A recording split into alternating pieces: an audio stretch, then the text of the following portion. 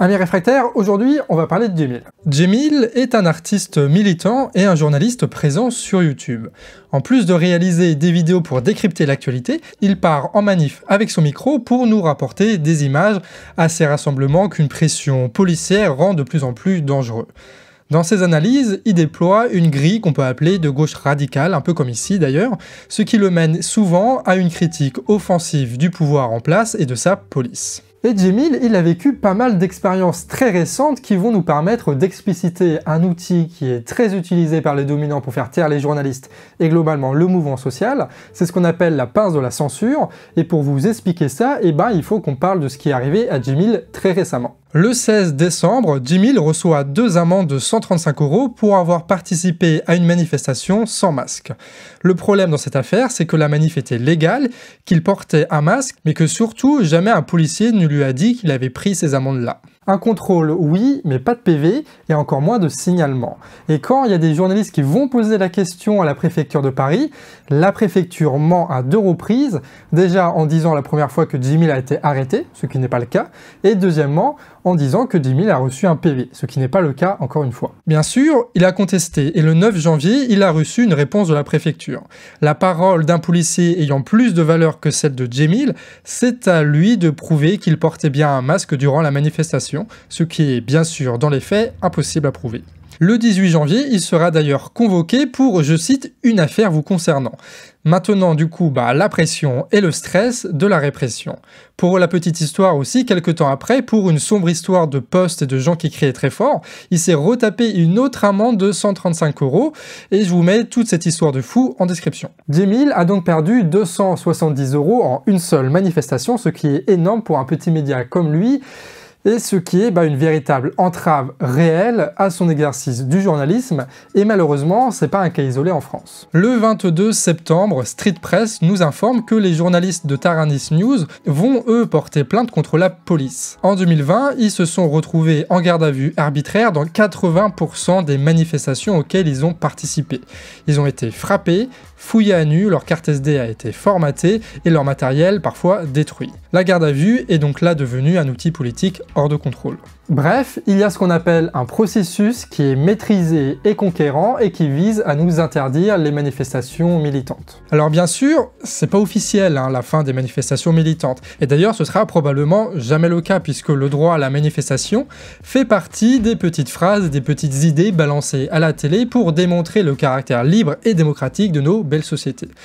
Mais lorsque la violence de la police fait fuir les manifestants, quand la répression frappe les journalistes, quand la loi ne garantit plus l'indépendance de la presse vis-à-vis des préfectures, quand on est fiché pour des raisons politiques, quand il devient de plus en plus difficile de savoir ce qui se passe en manifestation, quand il y a tout ça, on se rend compte d'une chose, c'est que le droit, ça ne sert à rien si à côté il n'y a pas le pouvoir pour l'exercer. Parce qu'en réalité, c'est pas le droit qui fait régner l'ordre, c'est les rapports de force qui sont institués à travers des institutions, des trucs comme ça, qui permettent à des personnes d'avoir le pouvoir sans réellement pouvoir en abuser puisque tu as des contre-pouvoirs. Sauf que là, tu as une police et une préfecture qui peuvent faire à peu près ce qu'ils veulent sans qu'il y ait de réels contre-pouvoirs pour les contrôler. Ce qui fait que oui, on a des droits. Sauf qu'on n'a rien pour les faire respecter ces droits et on n'a rien pour se protéger des abus du pouvoir, notamment de la police et de la préfecture. Bref, un droit sans pouvoir, c'est ce qu'on appelle une macronade. Notre volonté d'expression fait face à un mur institutionnel. Un mur que les indifférenciables ministres de l'Intérieur qui se sont succédés ont bâti tranquillement à coup de loi liberticide, à en croire que le changement de pratique précède toujours le changement de la loi, à croire que tout cela est bien calculé au final.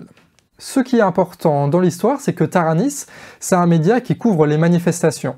Et c'est un média qui est connu pour rapporter des images de ces moments très particuliers dans les manifestations où tu as beaucoup de violence, et notamment quand tu as des militants qui exercent la stratégie du Black Bloc. Et c'est pas un hasard si c'est ce média-là qui est le plus persécuté et le plus tôt par la police, avant que le pouvoir ne s'en prenne aux médias de gauche radicaux et à des gens comme Rémi Buzine.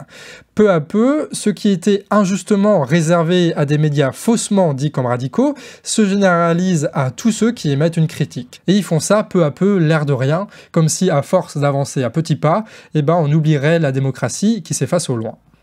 Ces lois, ces violences et ces amendes, ça consiste à contrôler l'information quand elle est captée par les journalistes. Mais tu as Un autre moyen de les faire taire, c'est en contrôlant les moyens de diffusion de ces journalistes. Si on revient à Jemil, certaines de ses très récentes vidéos qu'il a réalisées et publiées ont rencontré un grand succès. 200 000 vues en 24 heures avant que YouTube et Facebook décident tous les deux de classer la vidéo comme contenu sensible, retirant tout simplement la vidéo des algorithmes, la rendant invisible. Et ce qui est drôle dans cette histoire, c'est que le caractère sensible de ces images-là, ça vient des violences qui sont commises par la police contre les manifestants. Ce qui fait qu'aujourd'hui, il est impossible en France de partager sur les grosses plateformes des vidéos qui montrent ce qui se passe réellement en France. Et là, tu commences à comprendre pourquoi je parle de pince, parce que en fait, tu as d'un côté les violences qui sont en train d'être organisées, amplifiées et multipliées par la gendarmerie, par la police, par la préfecture, et de l'autre côté, on perd tous les moyens de les dénoncer, ces violences-là, ce qui fait que ça accentue potentiellement les violences que peuvent être commises par les policiers, puisque il y a moins de polémiques, il y a moins d'images chocs, il y a moins de trucs comme ça. Ce qui fait que on se retrouve un peu pris en étau, on peut plus faire grand-chose. Du coup, c'est pas très drôle en fait. Ça rappelle une autre affaire. Après la farce du Capitole, et on y reviendra plus tard, mais dans une autre vidéo, Twitter a supprimé le compte de Donald Trump suivi par plus de 80 millions de personnes. Et avec lui, ce sont au minimum 70 000 comptes militants qui ont été supprimés. Quelques mois avant, la purge avait concerné le mouvement QAnon, et cela sans aucune décision de justice. Bon, évidemment, Jemil, c'est pas Trump, tu l'auras deviné. Mais c'est quand même le même procédé. Ce sont des milliardaires qui sont trempés dans la bourgeoisie de la Silicon Valley qui décident quel contenu sera mis en avant et quel contenu peut être totalement censuré sans décision de justice et sans recours. Et tu penses bien, si ces gens-là, ils peuvent faire taire le président des États-Unis, ça veut dire qu'ils peuvent censurer n'importe qui pour n'importe quelle raison. Ça veut dire que, tout d'un coup, là, depuis que Trump n'est plus sur Twitter, on a tous une épée de Damoclès au-dessus de nos têtes. Bon, elle était peut-être déjà présente avant, mais là au moins c'est clair pour tout le monde, il n'y a pas de liberté dans ces réseaux sociaux. Comme avec la police en France, la censure a commencé par des groupes radicaux reconnus unanimement comme immoraux, avant de se déplacer de plus en plus vers les gens du réel jusqu'à la présidence états-unienne. Le piège là-dedans, parce qu'il y a un piège, c'est bien sûr de ne pas défendre la libre expression de gens puisque nous ne sommes pas d'accord avec eux. Ce qui est déjà assez lâche et un peu inutile parce que la censure c'est pas du tout un bon moyen de lutter contre une idéologie, mais surtout, ça permet l'arbitraire et l'impuissance dans cette affaire, puisque ceux qui subissent les coups sont seuls, et les uns après les autres, ils tombent dans l'indifférence générale. Mais où est-ce que tout ça va s'arrêter si on n'y oppose pas, à un moment donné, une action collective? Ce qui me fait penser qu'en réalité, la vraie position courageuse là-dedans, c'est pas d'attaquer Trump ou je sais pas quelle connerie sur QAnon, mais c'est de dire, on défend la liberté d'expression seulement conditionnée par la loi du pays. Rien d'autre. Ça veut dire qu'on a une liberté d'expression de base, elle peut être réglementée par la justice, par les législateurs, par l'État, mais c'est sûrement pas à des milliardaires de la Silicon Valley et c'est pas du tout aux GAFAM de gérer ce genre de choses. Et que ce soit pour Trump, pour des gens qu'on aime bien, pour n'importe qui en réalité. La première sortie vers le haut serait alors des conquêtes législatives pour conditionner l'expression selon nos aspirations et retirer le droit à la censure qu'ont objectivement les GAFAM aujourd'hui. Bon, les macronistes évidemment ils font tout l'inverse, et même si là ils se font défenseurs des libertés dans l'affaire Trump, c'est bien eux qui très concrètement sont en train de privatiser la censure. Mais imposer sa loi à des sites étrangers aussi puissants, c'est entrer dans un rapport de force démesuré, permanent et probablement vain, sans au minimum un changement radical de gouvernement.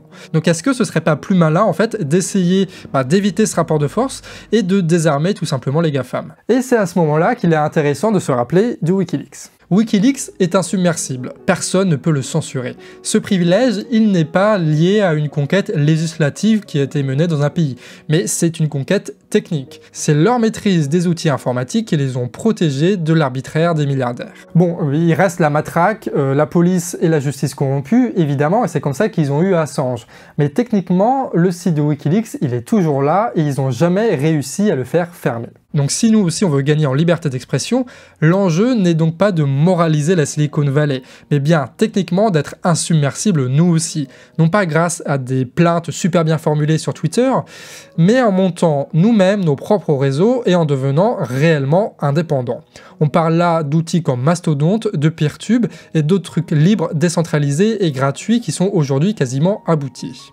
Bien sûr, ça ne réglera pas le problème des coups de matraque, mais au moins on aura un espace pour les diffuser ces coups sans que personne ne puisse rien y faire. On sera donc libéré de la pince de la censure. On aura donc un lieu d'expression où on va pouvoir s'organiser, mais surtout un lieu de repli le jour où YouTube ou Twitter ou Facebook vont réellement s'attaquer à des médias comme les nôtres. Ce qui ne tardera pas à arriver, hein. Le cas C1000 doit être un avertissement. À nous de nous organiser pour proposer un réseau militant et indépendant. Bon, évidemment, si je vous parle de ça, c'est qu'on a une idée derrière la tête et on en reparlera le moment venu. Mais en tout cas, quand on aura monté ces réseaux, il faudra tout de même un effort militant pour convaincre un maximum de personnes de passer sur cette autre internet et de quitter les géants du web. Des géants du web qui fut jadis de belles agoras d'éducation populaire, mais qui deviendront dans les années à venir des pièges qu'il va falloir éviter. Ce qui fait qu'on a les moyens à disposition pour être réellement indépendant. Tout ce qu'il nous faut, c'est un peu d'initiative et de l'organisation. Et du coup, c'est plutôt une bonne nouvelle. Ça veut dire que ça peut se résoudre assez facilement comme problème. Évidemment, on se tiendra au jus de l'évolution, machin. En tout cas, si tu veux aider J1000 pendant cette période où c'est un peu galère pour lui, n'hésite pas à lui donner un petit peu de sous. Il a lancé une cagnotte qui est en description et qui est en commentaire épinglé. En attendant, dis bisous, moi je vais voir des amis parce que ça, au moins, l'algorithme YouTube, il peut rien y faire. Et même si t'as le couvre-feu, tout ça, bon, il faut quand même qu'on aille voir des gens, ça fait du bien. En attendant, salut et putain, merde, qu'est-ce qui se passe encore là? Interdit! Et si tu tentes par les paloches du cornu, je te colle un 3e confinement! Bon, déjà, le diablo positif, c'est rigolo d'éteindre la lumière comme ça, mais bon, moi j'avais pas fini ma vidéo. Et deuxièmement, t'inquiète, je vais juste voir des amis, voilà, on va respecter les distances, tout ce que tu veux, on va pas non plus faire des fous. Oui, mais non, tu te confines et tu te tais! Je vais aller manifester, je te préviens, je vais aller manifester. Interdit! Confinement! Puis si tu sors dehors, on te fait une C1000, un forfait média militant, à 405 €, payable en 3 fois. Ok, super, écoute, je vais plus rien dire, voilà, c'est bon, je suis vexé, je vais plus rien dire. Eh ben, tu vois qu'on peut tomber d'accord finalement. Bon, ça reste entre nous. Mais le dimanche là qui arrive, là, le dimanche 17 janvier, il va y avoir sur le Discord du Canard Réfractaire un événement assez particulier puisque ça va être un peu la suite des universités qu'il y avait eu en décembre. Sauf que là, ça va durer qu'une seule après-midi et ça va concerner un seul sujet, c'est la dérive autoritaire et on va y accueillir Calivision, mais aussi J1000, Punjo, Malou et aussi Alexandre Duclos. Donc il y aura pas mal de choses intéressantes à dire, à débattre. C'est une opportunité que nous avons malgré tout le bordel sanitaire, de faire de l'éducation populaire. Et puis voilà, ça va plutôt être cool. Donc évidemment, je te mets en description le lien du Discord, mais aussi un tuto si tu ne connais pas Discord et que tu veux l'installer. Voilà. En attendant, des bisous et à la prochaine.